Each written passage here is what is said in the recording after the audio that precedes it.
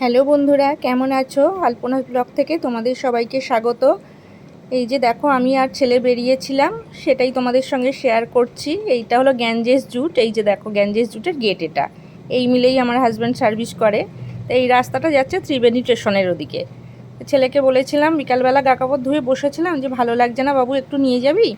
বলতেও নিয়ে গেছিলো। বললো মা কোথায় যাবে বলো। আমি চ তাহলে একটু রাজার ঘাটে ঘুরে আসি, গঙ্গার ঘাটটা, ওখানে মন্দির টন্দির রয়েছে, ভালো লাগবে। তো সেটাই তোমাদের সঙ্গেও একটু শেয়ার করে দিচ্ছি। এই যে দেখো, এই যে ঘাটের দিকটা বেশি দূরে না, বাড়ি থেকে একদম সামনেই, কাছেই। সবই তো এগুলো পুরো কোয়ার্টার পর পর। তো ওইখান থেকে আগে আমরা এই ঘাটেই স্নান টান করতে আসতাম। সেই জন্যই বললাম চ, ভালো লাগছে না। কিছুদিন আগে এই ঘাটে বড় করে আরতি টারতি হয়েছে, তখন আসা হয়নি, আমি ছিলাম না ওই দিনকে, শ্রীরামপুর গিয়েছিলাম। সেই জন্যই ভালো লাগছিলো না। তো এইখানটা এলে না মনটাও একটু ভালো হয়ে যায়। এদিকে বাবার মন্দির আছে, লোকনাথ বাবা, মহাবীর, তারপর মা গঙ্গার মূর্তি করা আছে।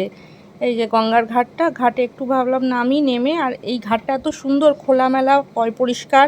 ওই পাশে পুরো বাঁধানো, বিকালবেলাটা সবাই এখানটা বসে।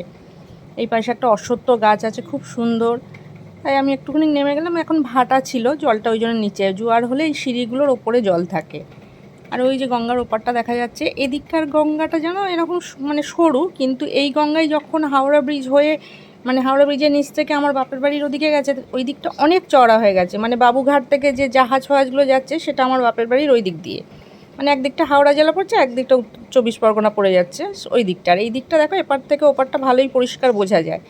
এই যে এই দিকটা ত্রিবেণীর ওই কারখানা টারখানাগুলো আছে, দেখা যায়। আর এই দিকটা যে ব্রিজ হচ্ছে, ওটাও দেখা যায়। ওই দেখো, ব্রিজের কাজ চলছে। আর এই যে বিকালবেলা এসে সবাই বসে আছে, একটু দাঁড়ালাম ওখানটা, দাঁড়িয়ে ছেলেও বলল মা বসবে। বললাম না, বেশিক্ষণ বসবো। বলছে তাহলে চলো, নিয়ে যায়। কিছুক্ষণ দাঁড়িয়েই বলবে চলো। এই যে দেখো, দাঁড়িয়ে আছে। গঙ্গায় মাঝে মধ্যে ইচ্ছে করে একটু আসবো, কিন্তু আসা আর হয় না, খুব কম অকেশনে আসা হয়। এই যে দেখো, একটা অশ্বত্থ গাছ, এটা খুব সুন্দর গাছটা। এখানে গাছের হাওয়ায় সবাই বসে এসে টেসে, সেই আসা হয় না। ছেলে মেয়েগুলো যেতে চাইলে একা ছাড়ি না, কেন আমার ছেলে মেয়ে সাঁতার জানে না, ভয় লাগে জানো তো, ওই জন্য ছাড়ি না। ওই জন্যই যখন আমরা যাই, ওরাও আমাদের সঙ্গে যায়। আর এই যে মা গঙ্গা, এই দেখো মা গঙ্গার মূর্তি। কিছুদিন আগে পুজো টুজো হয়েছে। এই মূর্তিটা সবাই স্নান টান করে একটু জল ঢালে। বাবার মাথায় ওখানে শিব মন্দির আছে, এই যে বাবার মন্দির। সবাই স্নান করে ঘটি করে জল নিয়ে বাবার মন্দিরেও ঢালে, আমরাও ঢেলেছি। আর এই মন্দিরেরই পাশে জায়গা করা আছে, মানে জামা কাপড় চেঞ্জ করার জন্য জায়গা করা আছে। ওই জন্য এই ঘাটটায় গেলে না খুব সুবিধা হয়, জানো তো, ভিজে কাপড়ে আসতে হয় না, হয় না।